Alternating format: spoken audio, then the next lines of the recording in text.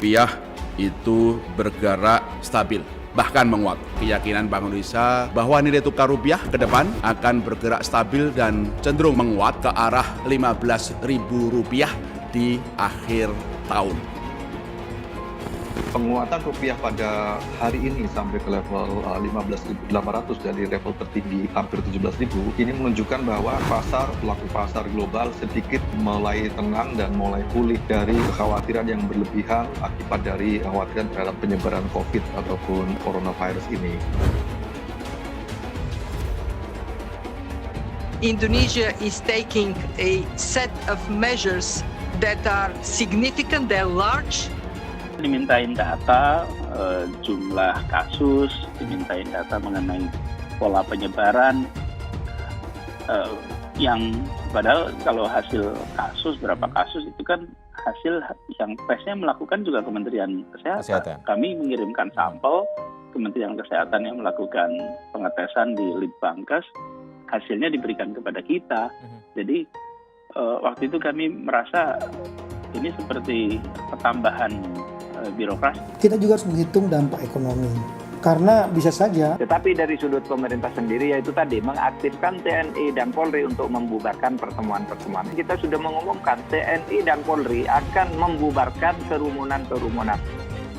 Krisis keuangan akibat corona bisa jauh lebih serius dari krisis keuangan tahun 98 maupun tahun 2008. Saran saya kepada Bapak Jokowi agar segera mengeluarkan Perpu. Salah satu usulan Hotman Paris adalah agar Bapak Jokowi segera mengeluarkan Perpu untuk sementara. Politisi Indonesia itu adalah politisi yang sangat gampang berubah. Tidak tahu bahwa bagaimana Pak Harto hanya hitungan hari dia bisa berbelok menjadi melawan Pak Harto dan rakyat semakin berat ekonominya sehingga terjadi kekeringan keuangan dan jadi ekonomi formal mengalami gangguan bulan Mei, kemudian rakyat menghadapi krisis mulai Mei dan Juni, kemudian di situ juga habis Lebaran yang butuh uang besar sekali, dan di saat itu juga saya pikir dampak ekonomi global dari corona ini sudah mencapai puncaknya di bulan-bulan Mei dan Juni. Menjatuhkan pemerintahan. Cukup besar di luar Jiwasraya dan Asabri, 33 triliun, reksadana dan lain-lain total itu hampir 150 triliun atau 10 billion dollar. Jadi kayak petinju kita udah kebanyakan utang, dikena jab gagal bayar. Ya terjadi sesuatu yang kita tidak bisa harapkan. Isu sosial, akhirnya Soeharto jatuh. Dia sudah menetapkan status darurat nasional. Menurut saya, Indonesia sudah harus menetapkan status darurat nasional dan mungkin lockdown. Akhirnya harga barang di dalam negeri akan ikut naik, harga nggak bisa dikendalikan, akhirnya pemerintahnya juga akan jatuh. Pasal 8 ayat 3 Undang-Undang Dasar 1945 yang mengatur jikalau terjadi kekosongan jabatan presiden dan wakil presiden, maka tugas-tugas kepresidenan akan dipegang Menhan sampai terpilihnya kembali presiden dan wakil presiden definitif. Kami hormati, sebelum video ini dimulai, klik dulu tombol subscribe dan jangan lupa nyalakan loncengnya supaya kalian mendapatkan notifikasi setiap kali saya upload video. Tekan tombol subscribe itu gratis, tinggal diklik, saya tungguin. 3, 2, 1. Selamat, Anda sudah bergabung dengan channel ini dan terima kasih sudah support di channel ini. Thank you. Hai semua, dengan saya Jonas Leong. Terima kasih banyak buat kalian, penonton setia yang selalu menonton di channel ini. Saya secara personal sangat menghargai waktu kalian.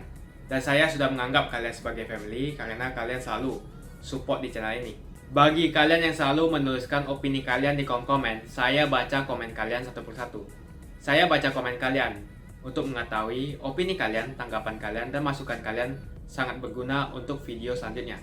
Terima kasih banyak buat kalian yang selalu menekan tombol like di awal video. Video seperti ini membutuhkan waktu dan juga research. Dan ini semua gratis untuk kalian. Jadi pastikan kalian menekan tombol like-nya supaya saya mengetahui kalian menyukai konten yang saya bagikan. Buat kalian yang ingin mencoba bermain saham, silahkan tekan link di kolom deskripsi. Thank you. Hadirnya virus corona yang melanda seantero jagat raya telah membuat kekacauan di seluruh negara. Setidaknya virus tersebut telah menginfeksi lebih dari 200 negara di dunia. Tak hanya telah merenggut ribuan nyawa, virus yang telah menjadi pandemi dunia ini juga telah menggerogoti perekonomian di negara yang disinggahinya, termasuk Indonesia. Di tengah berbagai permasalahan dalam menanggulangi wabah tersebut, Indonesia ternyata mendapat pujian dari luar negeri. Pujian ini datang dari lembaga kreditur utama dunia, International Monetary Fund atau IMF. Dalam hal ini, Direktur Pelaksana IMF Kristalina Georgieva telah mengapresiasi langkah kebijakan ekonomi yang diambil oleh pemerintah Indonesia untuk mengatasi wabah COVID-19. Pernyataan tersebut disampaikan Kristalina dalam taklimat media yang diadakan oleh Direktur Jenderal Organisasi Kesehatan Dunia atau WHO kepada pers di Jenewa, Swiss. Dalam pernyataannya, Kristalina mengatakan jika ia melihat Indonesia telah mengambil kebijakan yang signifikan dan tepat sasaran untuk mendukung perekonomian. And what is happening today is Indonesia is taking a set of measures that are significant, they're large, and they're well targeted to support the economy to go through this very difficult time. Kemudian secara khusus, IMF juga memuji koordinasi yang baik antara Bank Indonesia dan Kementerian Keuangan dalam menangani pandemi serta pemberian perlindungan oleh pemerintah kepada UKM. Menurutnya, kedua kebijakan ini tidak hanya berdampak nyata di lapangan, tetapi juga akan membantu peningkatan dinamika perekonomian Indonesia ketika situasi membaik. What we see Indonesia doing very well is to have a coordinated response between the Ministry of Finance and the Central Bank. So measures that are taken are impactful, they're strong and impactful. What is very impressive is to see how much attention Indonesia is paying exactly on this issue of protecting firms, especially SMEs, in this period that would allow then, when the recovery comes, for the country to step up. It's a very well thought through targeted fiscal measure. Di sisi lain, Menteri Keuangan Sri Mulyani mengungkapkan beberapa lembaga keuangan di dunia seperti Bank Dunia, Bank Pembangunan Asia, dan The Economist Intelligence Unit memprediksi bahwa hanya ada 3 negara di kelompok G20 yang mampu bertahan ekonominya di tengah pandemi virus corona. Hal itu disampaikannya saat rapat dengan Komisi 11 DPR RI.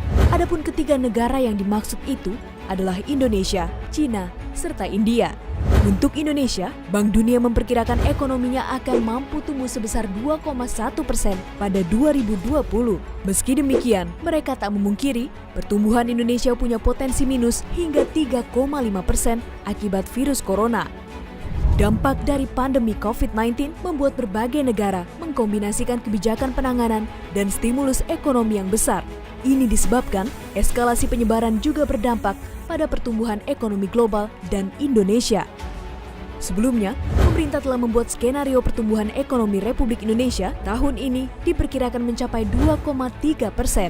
Selain itu, pemerintah juga telah menggelontorkan stimulus pertama terkait pariwisata dan stimulus kedua untuk menjaga daya beli masyarakat serta kemudahan ekspor impor. Sedangkan untuk stimulus ketiga, pemerintah menambah anggaran belanja dan pembiayaan untuk penanganan COVID-19 yang mencapai 405,1 triliun rupiah. Pemerintah memutuskan total tambahan belanja dan pembiayaan APBN tahun 2020 untuk penanganan COVID-19 adalah sebesar 405,1 triliun rupiah. Kebijakan untuk mengatasi ini memang tidak tunggal dan pilihan apapun pasti ada yang tidak setuju.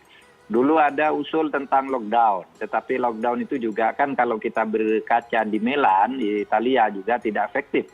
Bahkan sehari orang meninggal bisa sampai 800 orang gitu. Itu sudah lockdown. Herd immunity itu artinya pemerintah membiarkan masyarakat mencari imunitasnya sendiri sampai akhirnya orang yang tidak kuat yang menjadi korban. Nah, kita tidak memilih dua itu, kita memilih social distancing. Itu artinya apa? Artinya kita mengatur masyarakat dengan cara lebih manusiawi. Tidak terlalu keras-kerasan seperti lockdown, tapi tidak juga abai seperti di herd immunity itu. Okay. Nah, oleh sebab itu itulah pilihan kita. Dan itu yang sekarang sedang menjadi sorotan. Kok banyak masyarakat yang tidak taat. Nah, rapat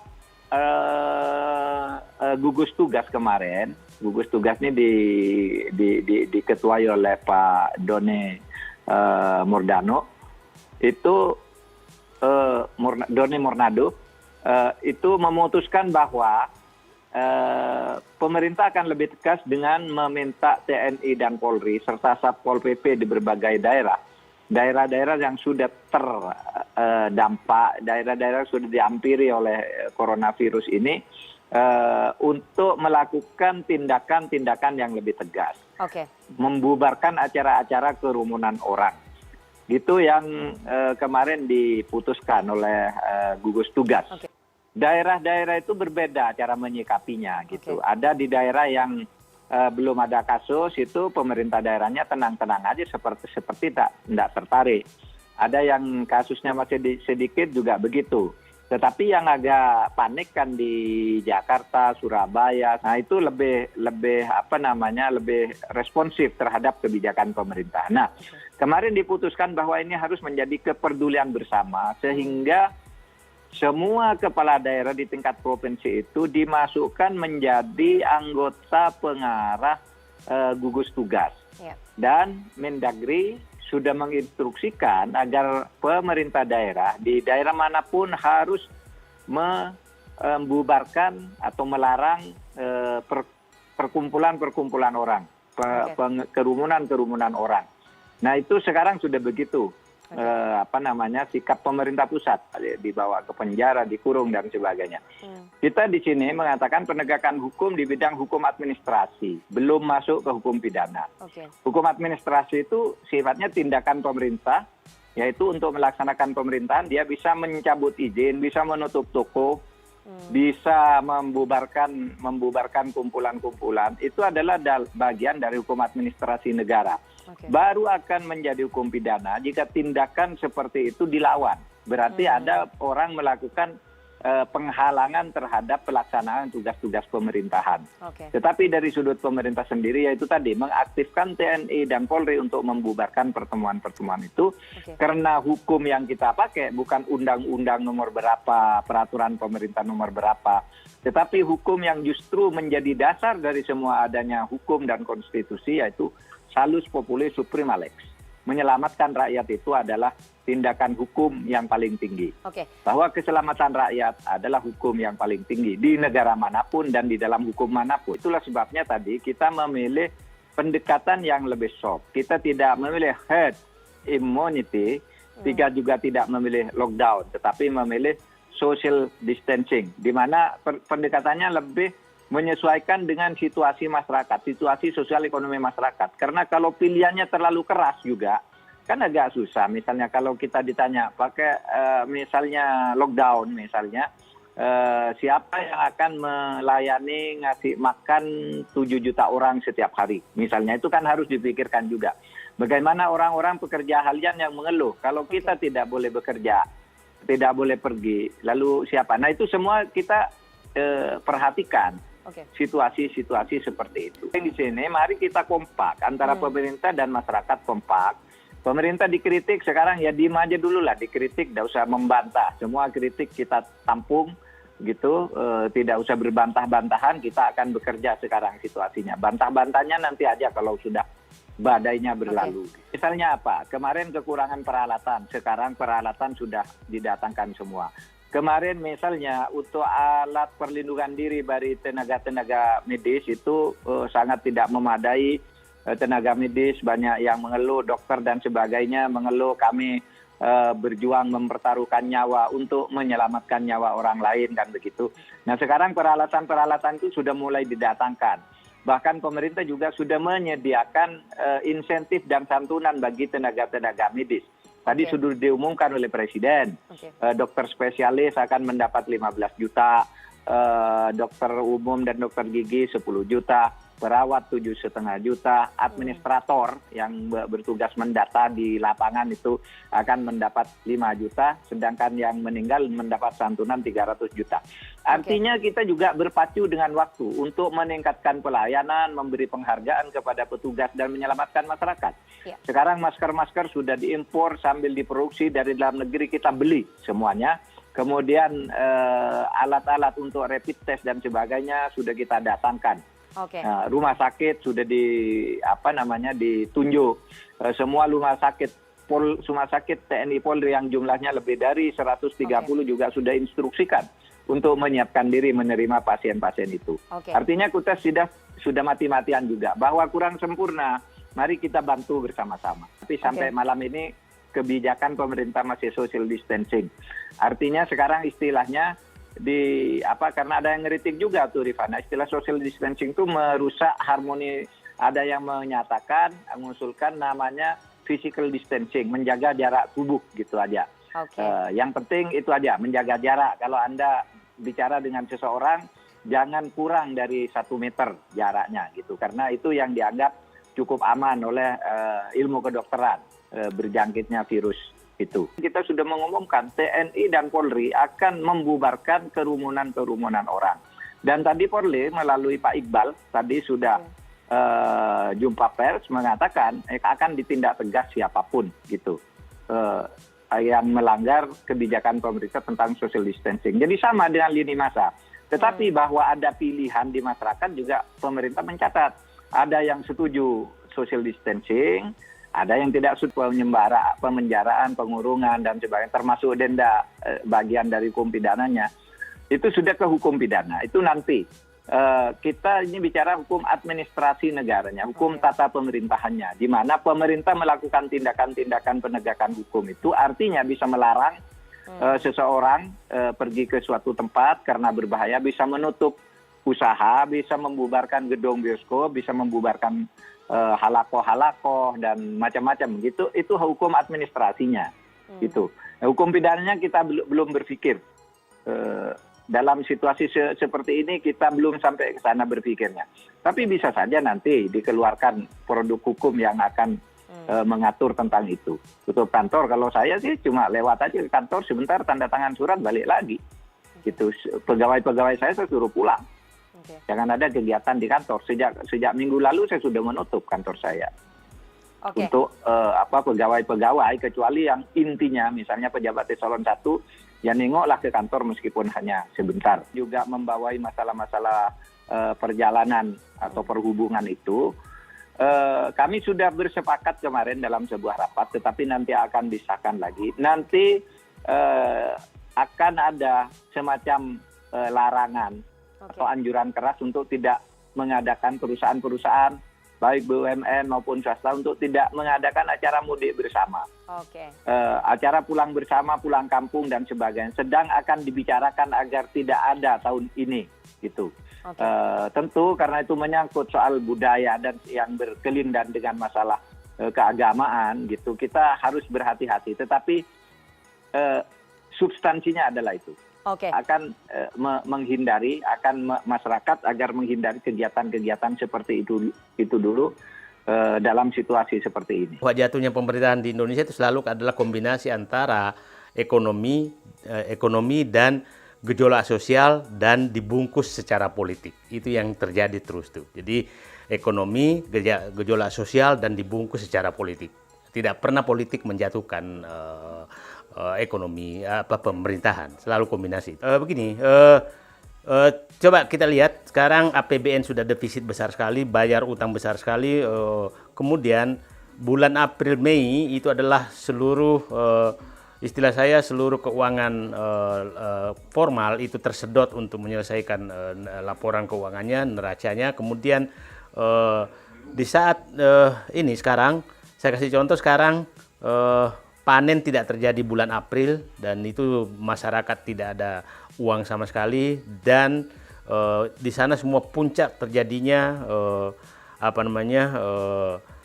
kekurangan dompet rakyat dan rakyat semakin berat ekonominya sehingga terjadi kekeringan keuangan dan jadi ekonomi formal mengalami gangguan bulan Mei, kemudian rakyat menghadapi krisis mulai Mei dan Juni, kemudian di situ juga habis Lebaran yang butuh uang besar sekali, dan di saat itu juga saya pikir dampak ekonomi global dari corona ini sudah mencapai puncaknya di bulan-bulan Mei dan Juni. Nah, kohesivitas sosial juga puncak-puncaknya terjadi di bulan itu. Kenapa?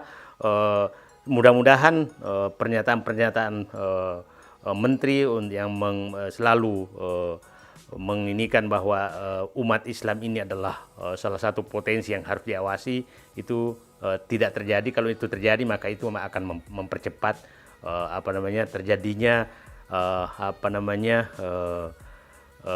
konvergensi persoalan politik, ekonomi dan sosial yang bisa menjatuhkan pemerintahan. Jadi bukan menjatuhkan, dia tidak bisa lagi mengendalikan ekonomi, sosial dan politik. Itu yang dan kita tahu politisi Indonesia itu adalah politisi yang sangat gampang berubah. Tidak tahu bahwa bagaimana Pak Harto hanya hitungan hari dia bisa berbelok menjadi melawan Pak Harto yang sangat kuat. Karena asing juga tidak terlalu percaya apa yang diucapkan, karena beliau ini sering sekali berjanji A dan yang ternyata kejadian B. Jadi kita kasih contoh para kepala negara yang datang ke Indonesia kan selalu menjanjikan investasi ke Indonesia kan. Contoh aja lah, Arab Saudi dulu waktu ketemu pertama akan berjanji membangun kilang, tapi ternyata dibelokkan ke Rusia sehingga Raja Arab Saudi kecewa, sehingga apa yang dilakukan adalah malah membangun kilang di Malaysia. Jadi kepercayaan internasional kepada kepemimpinan kita udah rendah sekali. Saya pikir kasus corona terlihat sama sekali bahwa hampir seluruh pimpinan dunia tidak percaya pernyataan pemerintah. Jadi yang masalah sekarang adalah bukan lagi orang Indonesia yang tidak percaya kepada kepemimpinan presiden sekarang, tapi dunia juga sudah tidak percaya. Sebetulnya pandemik ini terjadi nyaris setiap 100 tahun. Tahun 1720 itu ada plague. Tahun 1800 ada kolera dari India, dan karena ada ledakan Gunung Tambora akhirnya meluas ke seluruh kawasan Asia. Tahun 1920 itu Spanish flu.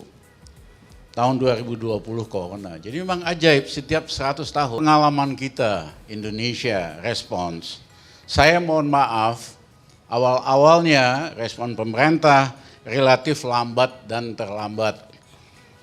Mungkin karena sungkan sama Tiongkok, ya kan, karena itu terjadi di Wuhan, Tiongkok, banyak pejabat takut nyinggung Tiongkok, pada dasarnya sungkan. Padahal waktu yang 2,5 bulan itu sangat kritikal.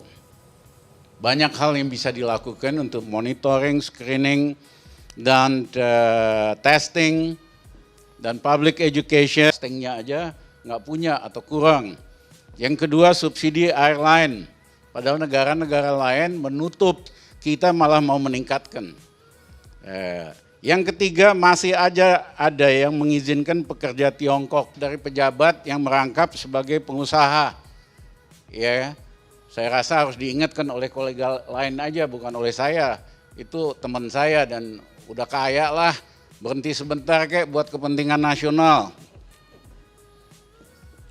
Ya, koleganya juga mesti berani ingatkan.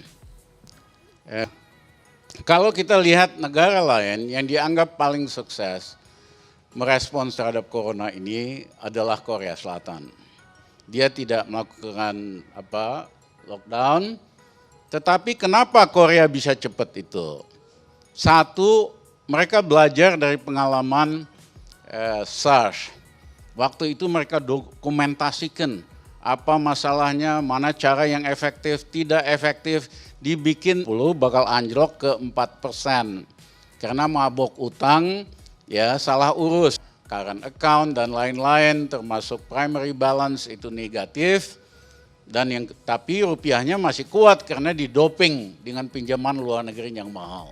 Yang kedua ada gagal bayar yang Jumlahnya cukup besar, di luar Jiwasraya dan Asabri, 33 triliun, reksadana dan lain-lain total itu hampir 150 triliun atau 10 billion dollar. Jadi kayak petinju, kita udah kebanyakan utang, dikena jab gagal bayar, ya terjadi sesuatu yang kita tidak bisa harapkan. Kita akan nambah anjlok hanya minus 1% lagi, jadi 3%. Tapi kalau saya lihat track record sampai hari ini, mohon maaf, penanganannya itu belum optimal, bisa-bisa efeknya terhadap ekonomi akan anjlok lagi. 2020 kita akan hanya tumbuh plus 2, bahkan mungkin 2%. Seperti diketahui rupiah udah anjlok ke 15.200, saham dari 6 ribuan indeksnya udah drop ke 4.500. Ini waktunya stop dulu semua proyek-proyek besar. Waktu krisis 98 itu kita lakukan, kita hentikan dulu semua proyek-proyek yang nggak penting, yang besar, kita delay 1 tahun, kecuali proyek yang kecil, skala kecil. Kita hanya reallocate ke 3 sektor, kesehatan, ya untuk melawan pandemik ini, makanan, dan daya beli untuk yang miskin. Itu aja. Fancy oleh Bank Indonesia itu kayak buang air ke laut. Nah, juga jangan anjurkan untuk beli back saham. Uang sahamnya masih bakal anjlok kok. BUMN. Nah, saya ingat waktu calon gubernur Bank Indonesia mau jadi calon gubernur datang ke rumah. Ya, karena sebelumnya kan pasti di fit and proper di DPR.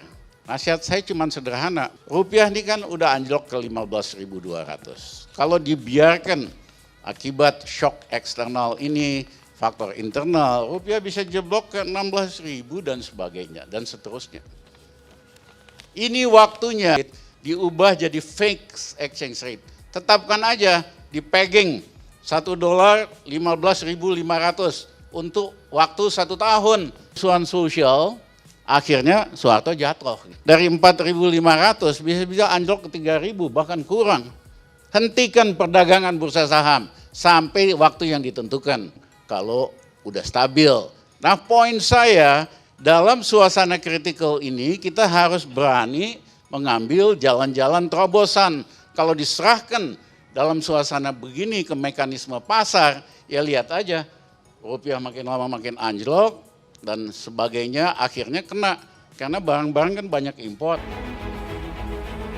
Ada begitu banyak hal yang menarik dan mengejutkan pasca pelantikan Presiden Joko Widodo. Mulai dari kontroversi nama-nama menteri hingga sidang perdana Kabinet Indonesia Maju. Sebelumnya, Presiden Jokowi telah menyampaikan 7 poin perintah usai mengumumkan nama-nama Menteri Kabinet Jilid 2 beserta tugasnya, di mana perintah tersebut diucapkannya dengan intonasi yang cukup tegas. Saya rasa itu yang bisa saya sampaikan pada pagi hari ini. Saya juga telah memerintahkan kepada seluruh kabinet yang tadi sudah saya umumkan. Untuk yang pertama, jangan korupsi, yang pertama. Yang kedua, tidak ada visi misi menteri. Yang ada adalah visi misi Presiden dan Wakil Presiden. Yang ketiga, kita semuanya harus kerja cepat, kerja keras, dan kerja yang produktif. Yang keempat, jangan terjebak pada rutinitas yang monoton. Yang kelima, kerja yang berorientasi pada hasil nyata. Yang keenam, selalu mengecek masalah di lapangan dan temukan solusinya. Yang terakhir, semuanya harus serius dalam bekerja. Saat pelaksanaan sidang perdana Kabinet Jilid 2, ada salah satu poin perintah Presiden yang kemudian kembali diucapkan oleh Jokowi, yaitu tidak ada visi misi menteri, yang ada hanya visi misi Presiden dan Wakil Presiden. Yang pertama yang ingin saya sampaikan, sekali lagi ini saya perlu saya ulang, bahwa tidak ada visi misi menteri. Yang ada adalah visi misi Presiden dan Wakil Presiden. Pernyataan tersebut mungkin terkesan normatif, namun jika dicermati lebih lagi, seperti ada maksud lain di balik pernyataan tersebut, yang secara tidak langsung ingin ditujukan kepada Menteri Pertahanannya Prabowo Subianto agar bekerja mengikuti arahan Presiden dan bukan bekerja dengan konsep yang ia usung semasa masih menjadi calon Presiden dulu. Ini adalah peringatan yang tersirat. Dalam kesempatan ini, Presiden Jokowi dapat menguji kemampuan seorang Prabowo yang mengaku lebih TNI dari banyak TNI untuk memperkuat pertahanan Indonesia yang sebelumnya Prabowo pernah mengatakan jika pertahanan Indonesia masih lemah. Jadi bukan saya tidak percaya, saya ini TNI Pak, saya pertaruhkan nyawa di TNI, saya lebih TNI dari banyak TNI. Seperti diketahui, dalam debat Capres sesi 4 mengenai pertahanan, Prabowo sempat mengatakan jika pertahanan Indonesia lemah karena tidak adanya biaya. Menurutnya, untuk memperkuat pertahanan Indonesia yaitu dengan meningkatkan anggaran dan menghentikan kebocoran agar keuangan negara tidak mengalir ke luar negeri. Yang kuat akan berbuat sekehendaknya, yang lemah harus menderita. Karena itu saya menilai pertahanan Indonesia terlalu lemah, jauh dari yang diharapkan. Seiring masuknya Prabowo ke dalam pemerintahan, beragam kekhawatiran pun timbul di masyarakat. Salah satunya kekhawatiran yang sempat mengemuka adalah perihal kemungkinan adanya matahari kembar terkait sosok Prabowo yang kini berada dalam gerbong pemerintahan. Selain itu, posisi menteri yang kini diemban oleh Prabowo memiliki hak khusus di antara menteri-menteri lainnya yang biasa disebut dengan istilah triumvirat. Di Indonesia sendiri, saat ini ada 3 jabatan menteri yang mendapat istilah triumvirat, yaitu Menteri Luar Negeri, Menteri Dalam Negeri, dan Menteri Pertahanan. Terkait istilah triumvirat sendiri, sudah diatur dalam Pasal 8 Ayat 3 Undang-Undang Dasar 1945 yang mengatur jikalau terjadi kekosongan jabatan Presiden dan Wakil Presiden, maka tugas-tugas kepresidenan akan dipegang secara bersama-sama oleh Menlu, Mendagri, dan Menhan sampai terpilihnya kembali Presiden dan Wakil Presiden definitif. Adapun alasan Presiden Jokowi memilih Prabowo sebagai Menhan karena ingin membangun sebuah demokrasi gotong royong. Menurutnya, Indonesia saat ini sedang menuju pada sebuah proses demokrasi bernegara, di mana proses tersebut sudah menuju sebuah koridor yang semakin baik ke depan. Ya, kita ini pengen membangun sebuah demokrasi gotong royong. Meskipun 2 yang berkompetisi, tetapi partainya banyak. Ini masih menuju kepada sebuah proses demokrasi dalam bernegara ke depan. Tapi saya melihat itu menuju sebuah koridor yang semakin baik ke depan.